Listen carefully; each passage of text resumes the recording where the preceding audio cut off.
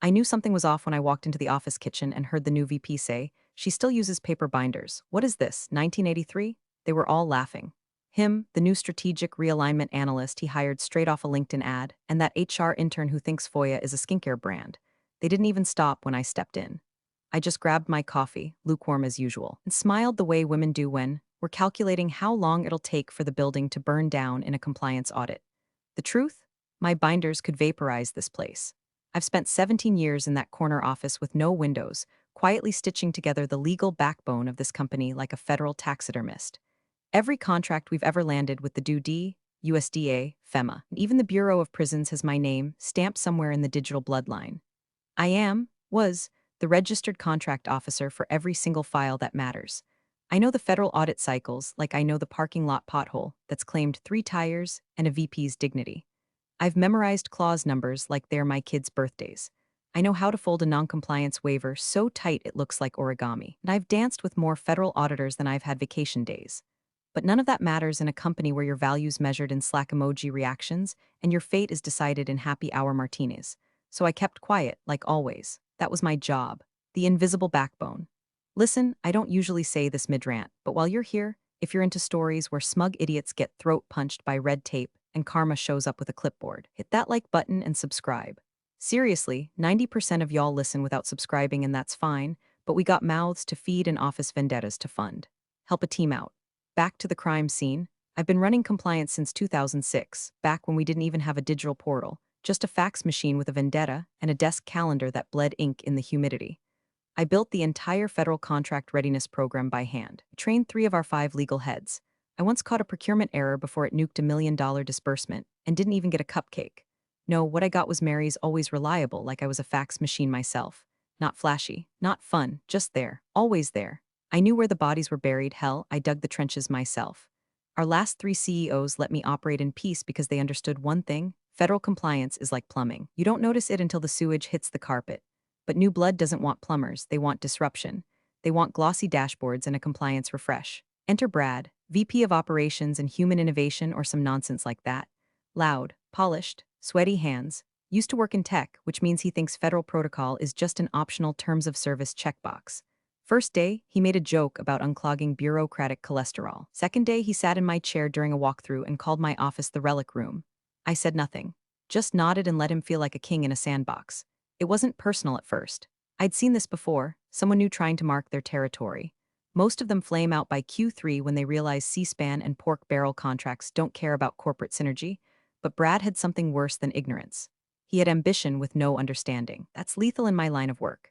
You screw up a supply chain invoice in a federal logistics contract, and people don't get medicine, or boots, or food. You screw up a designation log, and suddenly you've got an open file with no authority holding the pen. But Brad didn't get that or care. He started small, took over status calls, renamed folders, asked for read-only access to my files. Then came the team memos, compliance modernization, removing bottlenecks, real-time decision-making. I was still doing the same work, still submitting reports, but I could feel the air shift. People stopped copying me on documents. Procurement started using templates I didn't recognize. My access to the federal portal got suspended for maintenance. Then one day I walked into a meeting and my name wasn't on the agenda. My title was gone. In its place, Bradley Kent, acting contract officer. I looked around the room. HR was nodding. Legal looked sleepy. I asked when the transition paperwork had gone through. Brad chuckled and said, "Oh, we streamlined that last week. You're still looped in, just not the official gatekeeper anymore. You're not cleared for federal work, right?"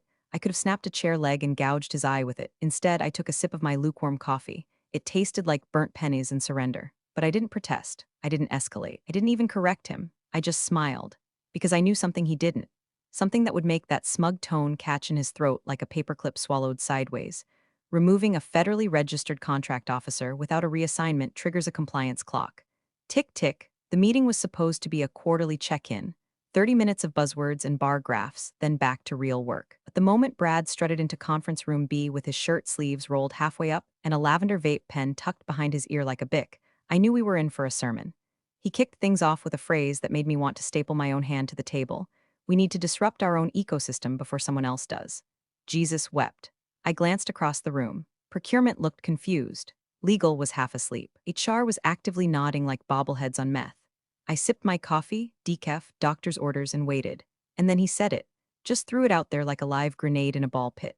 Well, Mary's not even cleared for federal work anymore, so we'll be reevaluating that whole process. Silence. My mouth was still mid-sip when that landed. I had to force the swallow down so I wouldn't choke in front of 20 people. That would have been his dream headline, wouldn't it? Legacy compliance dinosaur suffocates on own irrelevance during strategic synergy meeting. I turned to him, deadpan. Actually, my clearance is current through 2026. It renews every 24 months and requires a federal background check, which, judging by your recent LinkedIn activity, you'd fail on residency alone. The room tensed. One of the interns blinked so hard his AirPods fell out. Brad laughed too loud, too quick. Sure, but that's just paperwork, right? What we need is fresh energy, modern thinking, not dusty government handbooks. He clicked the remote, bringing up a slide labeled Modernization Phase 1. My name was nowhere. The our compliance process was reduced to a single bullet point: eliminate unnecessary gatekeepers. That's when I knew this wasn't just about trimming fat, it was a bloodletting. I'd seen guys like Brad before. Fast-talking, overconfident. No clue how deep the roots run in federal work. They think a binder is a relic, a checklist is optional, and that government contracts operate like retail subscriptions. But here's the thing about federal files they don't forget. Every change leaves a footprint. Every reassignment a timestamp, and those timestamps talk louder than any VP ever could. Still, I held my tongue, because I was already formulating the one response Brad wouldn't see coming, a federal one. Later that day, I checked the internal registry. Sure enough, my name had been removed as the registered contracting officer from the new $500M defense logistics file. In its place, Bradley Kent acting indeed, like a kid in his dad's blazer, pretending the stage isn't on fire. No reassignment form, no federal notification, no portal update. Just a sloppy internal switch like this was a grocery list and not a binding contract subject to Title 48 of the Code of Federal Regulations. He thought it was just office politics, a turf war, but I'd spent nearly 2 decades building a fortress of protocols so airtight even our legal team used my logs for training. And now this dolt had wandered into the airlock with a match. I stared at the screen, read it twice, took a screenshot, and I pulled out the hard copy. Still had the signed officer designation form from the original filing. My signature, legals, the CEOs, and now no one had replaced me, not formally, not federally, which meant the file was in limbo, non-compliant, and under audit risk. I took a breath, then opened the Federal Contractor Registry portal. It's not flashy, that portal. Pale blue interface. Font stuck in 2009, but it has teeth. I submitted a change notification. Dry language, factual, timely. No emotion, just law. Contract officer of record removed internally without corresponding federal reassignment. Please advise on next steps per subsection 4.3b, compliance trigger. Once submitted, it logged the timestamp. Then I printed it, stapled it to the signed designation form, filed both in a new binder labeled Brad's gift basket. Then I waited. The thing about federal processes, they're like microwaves, slow at first, quiet. But eventually something starts sizzling, and no one knows it's about to explode until it does. And Brad, he was still dancing around the office, stripping access from my team, calling meetings to brainstorm post-regulatory frameworks.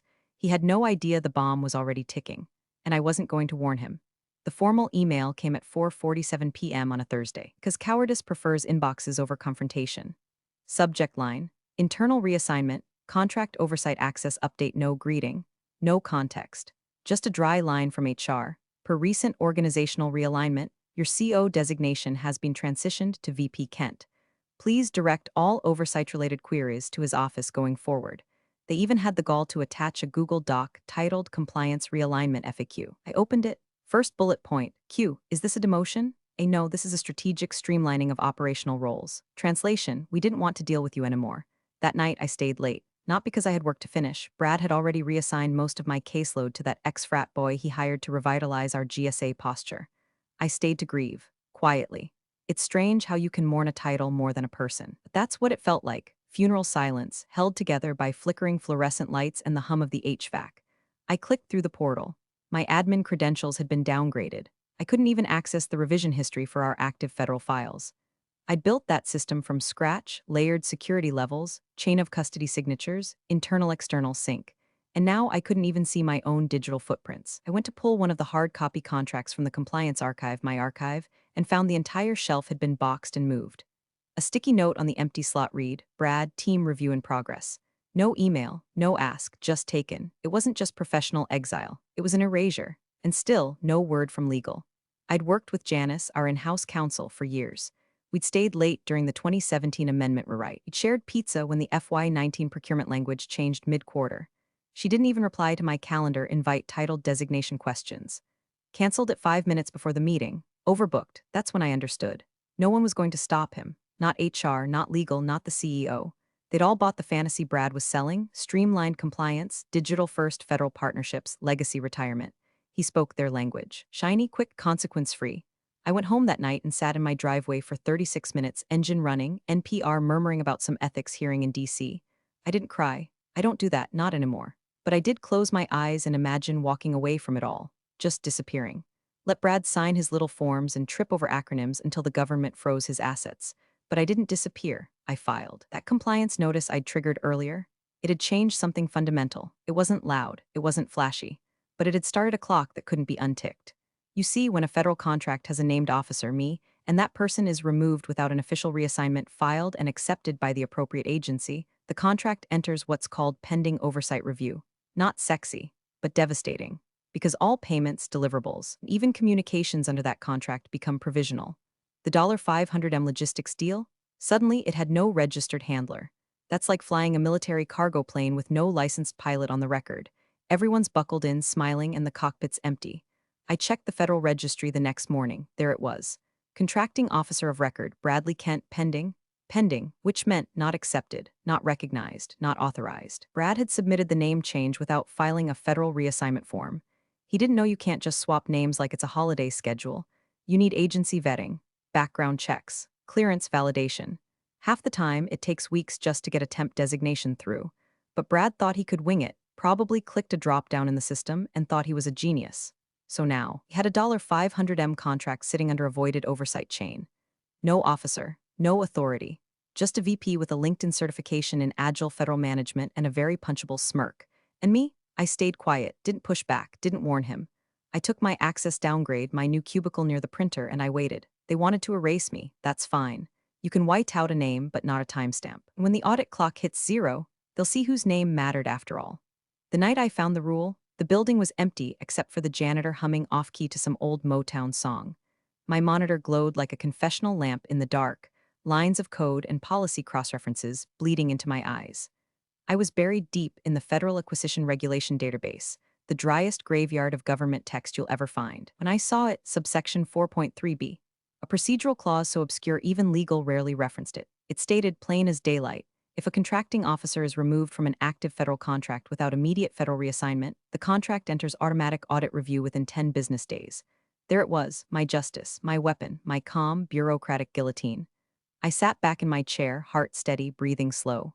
No satisfaction, no gloating, just the stillness of precision. Brad had tripped a silent alarm and now the clock was ticking. I didn't need to shout. I didn't need to rally allies. The rules were already sharpening themselves on his arrogance.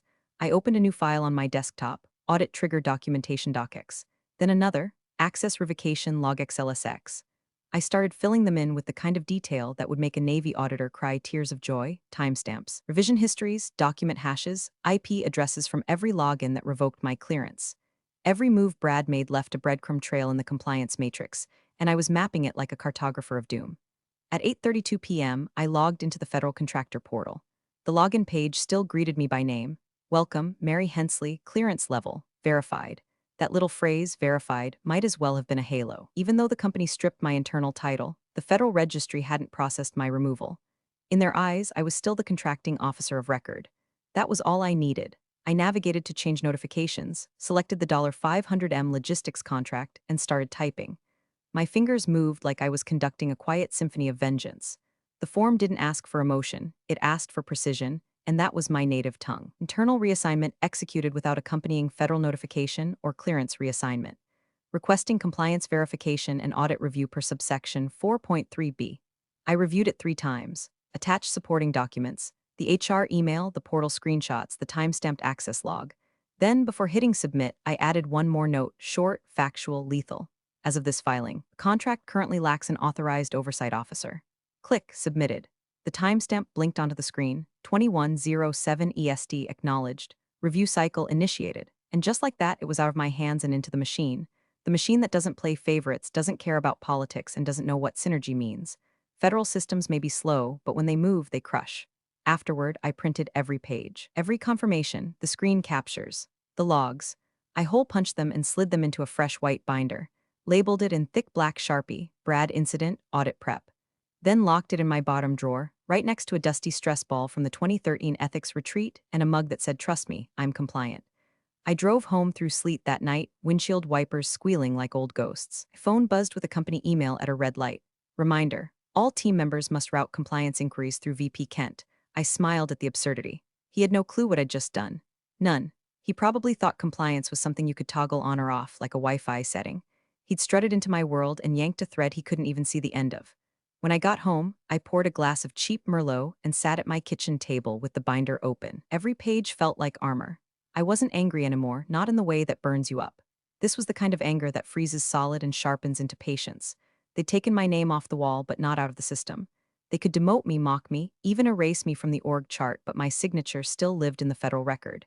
And that record had a timer: 10 business days. Tick. 9 left. 3 days after I filed the compliance event, Brad sent a company-wide email with the subject line: "Compliance Reimagined, a New Era." I almost choked on my peanut butter protein bar reading that header. Reimagined? Compliance isn't interpretive dance. It's not a Pixar reboot. It's a stack of rules older than his entire career, and a misfiled form can bring down $1 billion contract faster than an SEC whistleblower with a grudge. But there he was, patting himself on the back like he'd just reinvented oxygen. I clicked it open, coffee in hand and eyebrows already raised. Effective immediately, the compliance division will operate under a new agile structure designed to reduce redundancy and accelerate approvals. This change reflects our commitment to lean practices and federal agility. Federal agility. Jesus Christ. He went on, bullet point after buzzword, listing all the ways he'd gutted the department.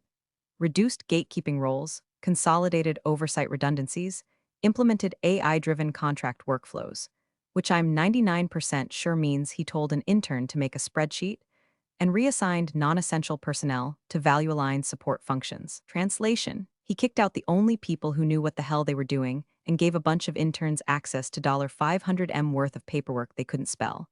And the cherry on top: special thanks to Mary Hensley for her years of service. We wish her continued success in her new supportive role. Supportive role? Like I was some backup singer to his federal boy band. I knew role was being CC'd on status updates for projects I once personally greenlit. I was, quite literally, in charge of nothing. But I didn't reply. I didn't even blink.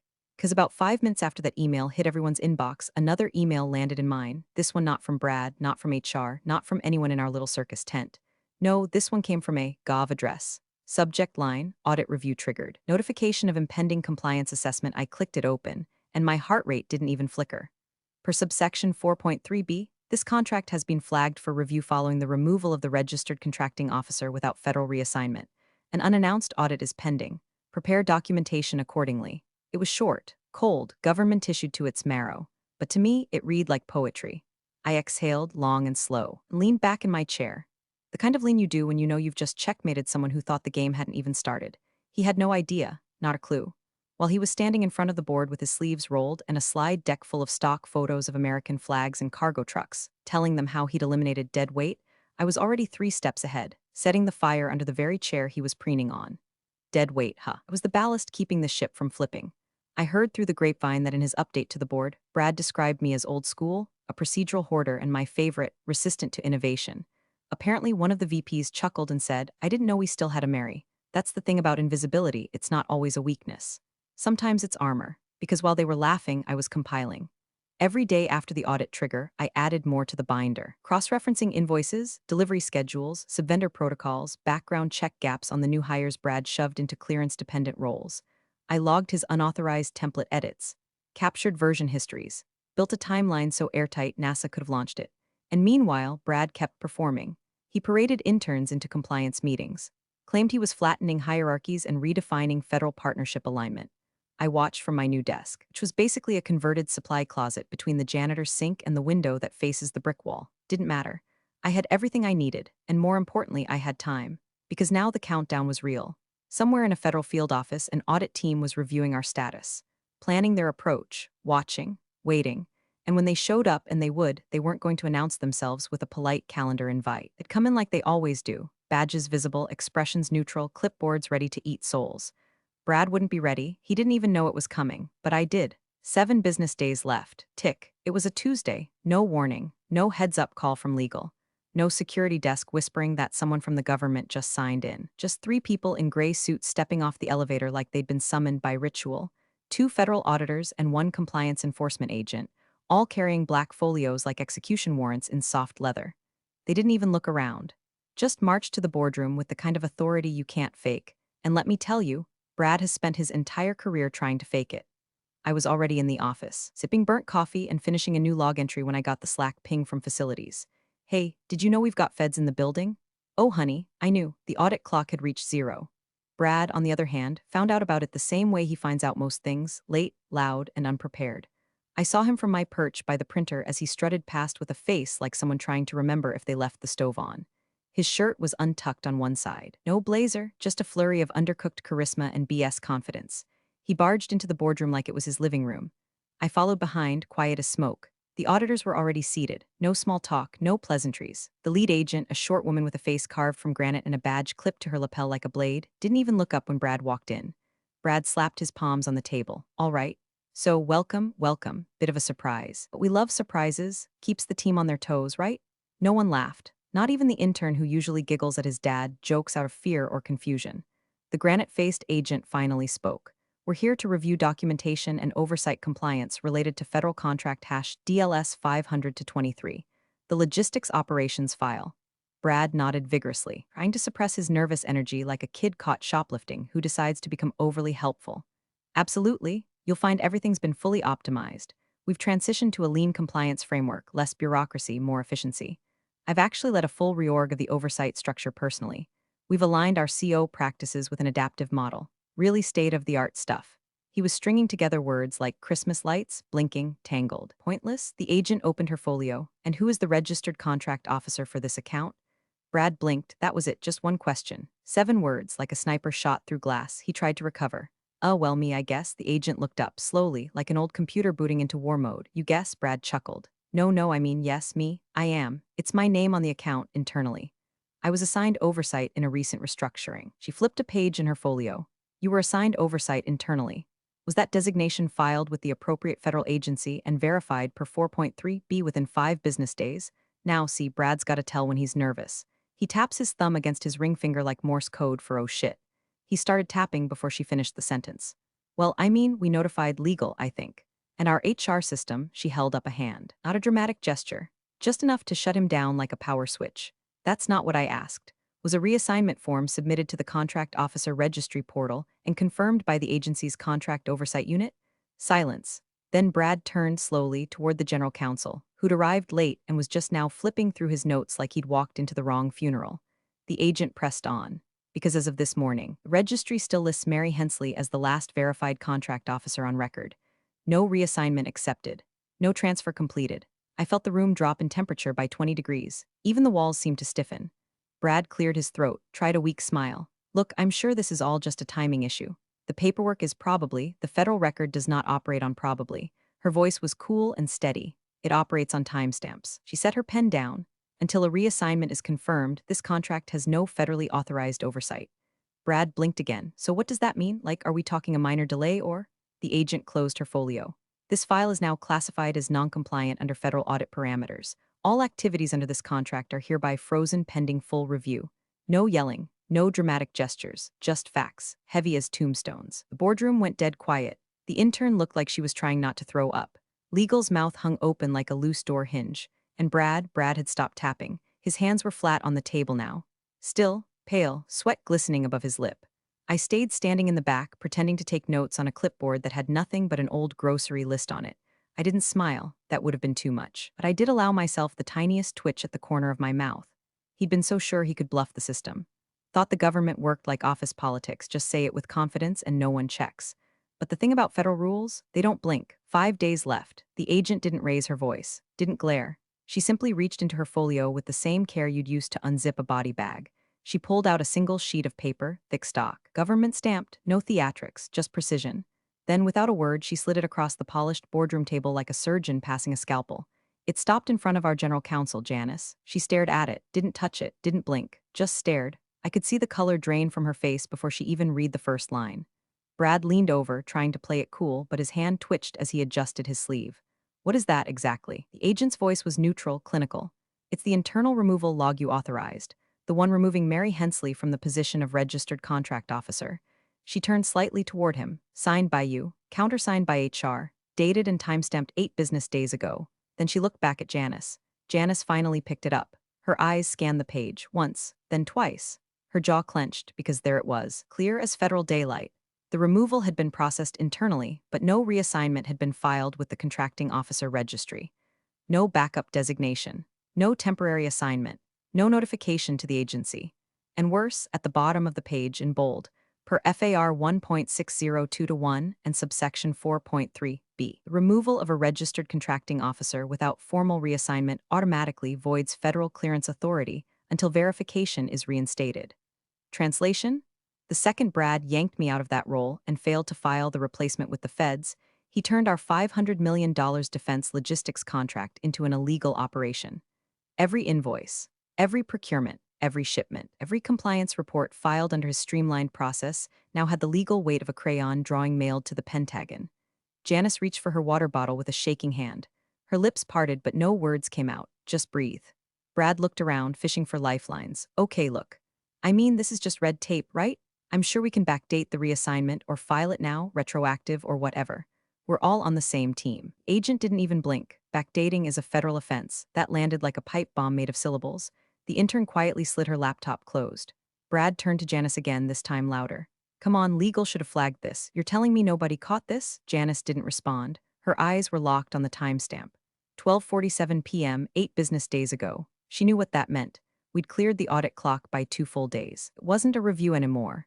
It was an enforcement action. One more beat of silence. Then the agent spoke evenly. Until a properly vetted and accepted reassignment is processed through the official federal channel, this contract is considered non-executable. That includes deliverables, invoices, and all ongoing activity tied to contract hash DLS 500-23.